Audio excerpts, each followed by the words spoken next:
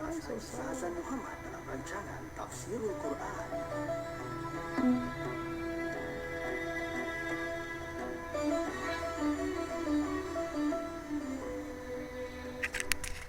Assalamualaikum warahmatullahi wabarakatuh. Innal hamdalillah nahmaduhu wa nasta'inuhu wa nastaghfiruh wa na'udzu billahi min shururi anfusina wa min sayyiati a'malina. May yahdihillahu fala mudilla lahu wa may yudlil fala hadiya lahu. Wa ashhadu an la ilaha illallah wahdahu la syarika lahu wa ashhadu anna Muhammadan 'abduhu wa rasuluh. Ya ayyuhalladzina amanu taqullaha haqqa tuqatih wa la tamutunna illa wa antum muslimun. يا أيها الناس اتقوا ربكم الذي خلقكم من نفس واحدة وخلق منها زوجها وبث منهما رجالا كثيرا ونساء واتقوا الله الذي تساءلون به والأرحام إن الله كان عليكم رقيبا يا أيها الذين آمنوا اتقوا الله وقولوا قولا سديدا يصلح لكم أعمالكم ويغفر لكم ذنوبكم ومن يطع الله ورسوله فقد فاز فوزا عظيما. Amma ba'd. Saudara Nabi bersama hadir Zurin, sedang mendengar yang Allah sekalian. Alhamdulillah, bersyukur kita kepada Allah Subhanahu wa taala dengan limpah kurnia dapat kita menyambung kembali kuliah tafsir ini. Dan saudara yang dirahmati Allah sekalian, kita berada pada ayat yang ke-79, 80, 81 dan seterusnya daripada surah Al-Mu'min ataupun surah Ghafir. Iaitu firman Allah Subhanahu wa taala, A'udzubillahi minasyaitonir rajim. Allahu alladhi ja'ala lakumul an'ama litarkabu minha wa minha ta'kulun wa lakum fiha manafi'u wa litablughu 'alayha hajatan fi sudurikum wa 'alayha wa 'alal fulki tuhmalun wa 'alayha wa 'alal fulki tuhmalun wa yuriikum ayatihi fa ayya ayatillahi tunkirun. Sadaqallahul 'azim. Allah telah menjadikan bagimu haiwan ternak, sebahagian untuk kamu menaikinya dan sebahagian lagi untuk kamu makan. Dan bagi kamu ada lagi manfaat-manfaat yang lain padanya, dan agar kamu mencapai satu keperluan, tujuan yang tersimpan dalam hatimu dengan menaikinya. Dan dengan menaiki binatang-binatang itu dan di atas kapal mereka diangkat. Dan dia memperlihatkan tanda-tanda kebesarannya padamu, lalu tanda-tanda kebesaran Allah yang manakah yang masih kamu ingkari. Para pendengar yang rahmati Allah sekalian, di sini Allah jelaskan kepada kita kejadian binatang ternak ni sebagai satu nikmat. Allah memperkenalkan dirinya kepada mereka untuk menetapkan ketuhanannya yang menyebabkan mereka menyembah Allah Subhanahu wa taala. Jadi Allah berfirman menjelaskan kepada mereka bahawa dia telah menciptakan binatang ternak untuk kamu naiki, seperti unta contohnya. Sebahagian lagi untuk kamu makan, seperti sapi, kambing. Sapi ni lembu lah tuan-tuan yang dirahmati dan dikasihi Allah sekalian. Selain daripada itu masih ada lagi manfaat yang lain, iaitu bulu dan kulitnya, supaya kamu mencapai satu keperluan yang tersimpan dalam hati dengan menaikinya. Iaitulah dengan mengangkat barang kalian ke tempat yang jauh yang tidak mungkin untuk membawanya, melainkan dengan unta, dengan perahu, sebagai contohnya di lautan, seperti yang Allah Ta'ala gambarkan di sini. Wa 'alaiha wa 'alal fulki tuhmalun. Dan di atas binatang-binatang ini dan di atas kapal dibawa segala keperluan kamu. Kamu mendapat memenuhi kehendak kamu. Apabila yang rahmati dan dikasihi Allah sekalian, akhirnya Allah SWT berfirman setelah menjelaskan tanda-tanda kekuasaannya, dia berfirman kepada kita, menjelaskan kepada manusia dalam ayat yang ke-81 ini, wa yuriikum ayati fa ayya ayatillahi tunkirun. Ini merupakan nikmat-nikmat yang Allah berikan kepada kamu, yang kamu perhatikan di alam raya ini, maka nikmat manakah yang kalian mengingkarinya? Sedangkan semua tanda-tanda tersebut, nikmat-nikmat tersebut telah pun ditunjuk dengan jelas sekali. Jadi kata tanda ni kalau kita belajar bahasa Arab, untuk menunjukkan pengingkaran kepada mereka, supaya mereka memahami nikmat-nikmat yang dikurniakan Allah SWT ini. Kemudian yang hati dan dikasih Allah sekalian. Kemudian masuk ayat ke-82. A'udzubillahi minasyaitonirrajim. Afalam yasiru fil ardi fayanzuru kaifa kana 'aqibatul ladzina min qablihim. كانوا أكثر منهم وأشد قوة وآثارا في الأرض فما أغنى عنهم ما كانوا يكسبون فلما جاءتهم رسلهم بالبينات فرحوا بما عندهم من العلم وهاق بهم ما كانوا به يستهزئون فلما رأوا بأسنا قالوا آمنا بالله وحده وكفرنا بما كنا به مشركين فلم يكن ينفعهم إيمانهم لما رأوا بأسنا sunnatallahi allati qad khalat fi ibadihi wa khasira hunalikal kafirun. Dan maka apakah mereka tidak mengadakan perjalanan di muka bumi, lalu mereka memperhatikan bagaimana kesudahan orang-orang sebelum mereka. Mereka itu lebih banyak, lebih hebat kekuatannya, serta lebih banyak peninggalan-peninggalan kesan pembinaan mereka di muka bumi. Maka apa yang mereka usahakan itu tidak dapat menolong mereka.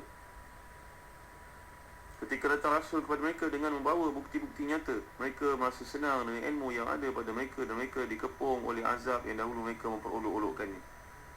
Maka ketika mereka melihat azab kami, mereka berkata, kami hanya beriman kepada Allah sahaja dan kami ingkar kepada sembahan-sembahan yang telah kami persekutukan kepada Allah SWT sebelum ini. Maka iman mereka ketika itu, ketika telah melihat azab kami, tidak lagi berguna kepada mereka. Itulah ketentuan Allah yang telah berlaku terhadap hamba-hambanya, dan ketika itu rugilah orang-orang kafir. Nampaknya ayat yang sedang kita bincangkan ini masih lagi membahaskan tentang dakwah, ajakan, seruan kepada orang-orang Quraisy, kepada sesuatu yang dapat mengingatkan mereka tentang apa yang mereka dustakan, membetulkan fahaman mereka terhadap kehidupan, terhadap Islam. Jadi Allah SWT mengingatkan kepada mereka, maka apakah afalam yasiru, mengapa mereka tidak membuat perjalanan di muka bumi? Mereka tidak melihat di utara Jazirah Arab sebagai contohnya tempat peninggalan kaum Samud, kota-kota mereka. Di sebelah selatan pula mereka dapat melihat peninggalan kaum Ad. Di sebelah barat mereka boleh melihat peninggalan penduduk Aikah, kaum Nabi Shu'aib, dan juga Al-Mu'tafikat. Dan mereka juga dapat melihat kesan peninggalan kaum Sadum di kota yang mereka melakukan buatan-buatan homoseks dan lesbian, kaum Nabi Lut ini. Telah kita bincangkan sebelum ini, tuan-tuan. Kemudian mereka memerhatikan semua itu dengan penuh perhatian. Kalau mereka melihat semua itu dengan renungan yang mendalam, bagaimana kesudahan orang yang degil sebelum itu, mereka ternyata lebih kuat dari orang-orang yang kemudian.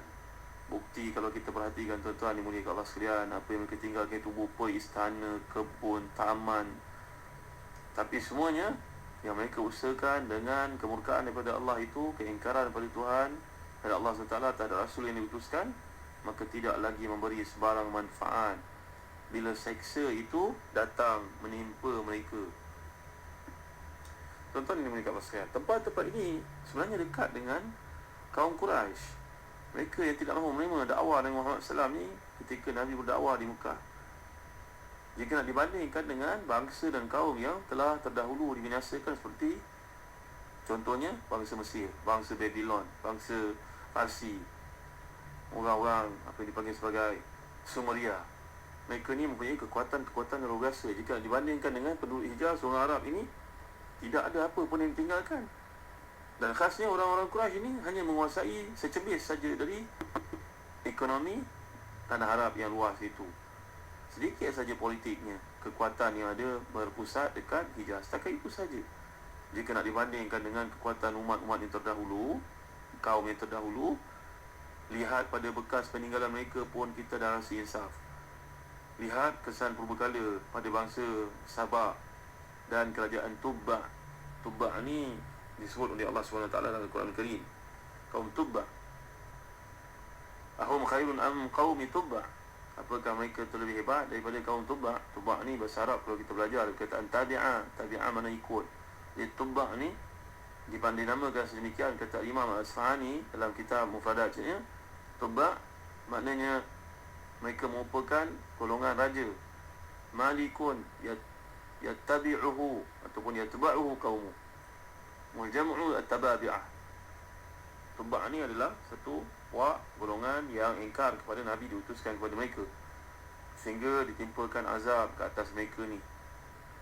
Adakah orang Arab Quraisy yang diutuskan Nabi Muhammad SAW tidak masih insaf melihat kesan peninggalan yang ada di hadapan mata mereka? Kalau mereka nak pergi utara, mereka boleh lihat Madain Saleh. Madain Saleh tempat dibinasakan dahulu umat yang ingkar. Kemudian tempat yang terdapat di Yaman, Sadu Ma'rib. Sadu Ma'rib ni beribu tahun masih lagi kekal bagi kita tak sampai ke hari ini. Tuan-tuan ini kalau sekian, kalau pergi ke Yaman, Yaman adalah tempat yang telah disebut Nabi yang tempat selamat dari fitnah. Tapi hari ini berlaku konflik yang dahsyat di sana. Nabi Muhammad pesan kepada kita sallallahu alaihi wasallam, Kalau berlaku fitnah akhir zaman, larilah ke dua tempat, sama ada ke Yaman ataupun ke Syam. Kedua-dua tempat ini berlaku konflik yang dahsyat pada masa sekarang. Kalau kita pergi di tengah-tengah, sebenarnya tanah Arab juga bertemu dengan bekas kerajaan Tadmur, kaum Samud. Mereka membangunkan batu-batu gunung untuk jadikan negeri. Bangsa Babil di zaman Kaisar Bukhtunasr, Nabukadnasr, mendirikan sebuah kerajaan besar dekat dengan pinggir sungai Furat. Bangsa Parsi telah membangunkan apa dipanggil sebagai Persepolis 1000 tahun sebelum datangnya Nabi Muhammad SAW, dan kesan kerajaan itu masih lagi terdapat pada zaman Nabi, dapat dilihat. Bahkan sampai 14 abad selepas Nabi wafat pun masih lagi dilihat kedai ini di negara Iraq. Itu belum lagi kita melihat kesan peninggalan Fir'aun di Mesir dengan piramidnya, Abul Haul, Sphinx, apa lagi, Abu Simbel dan lain-lain. Semua itu sangat mengagumkan. Kalau dah datang azab Allah SWT ni, maka tidak akan ada siapa yang dapat memberikan pertolongan.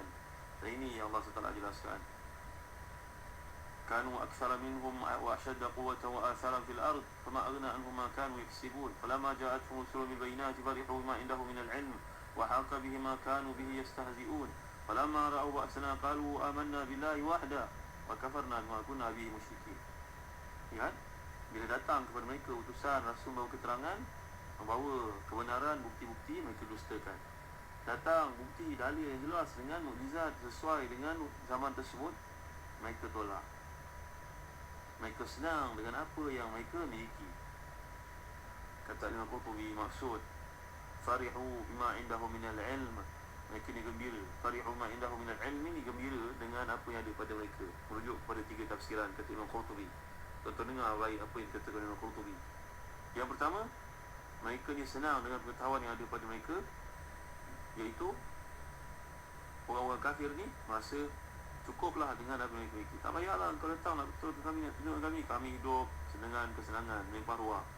Kalau kami ikut kamu, belum tentu kami dapat meneruskan kejayaan yang kami cipta pada hari ini. Ini serupa dengan pandangan orang-orang kafir yang kita lihat keliling kita pada hari ini. Usaha nak berdebat dengan mereka, tuan-tuan, kerana mereka mengemukakan hujah fizikal, kami lebih baik dari kamu. Kami ada kereta besar, kami ada rumah besar, gaya hidup kami lebih eksklusif daripada kamu. Kamu hidup di flat-flat, wahai orang Islam.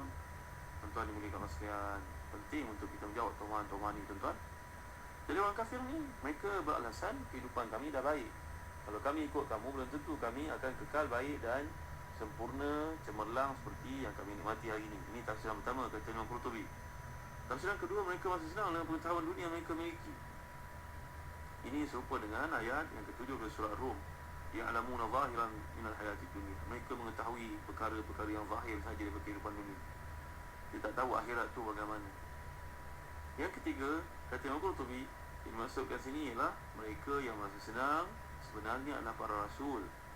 Mereka senang dengan pengetahuan mereka miliki tentang selamatnya orang-orang beriman dan binasanya orang-orang kafir.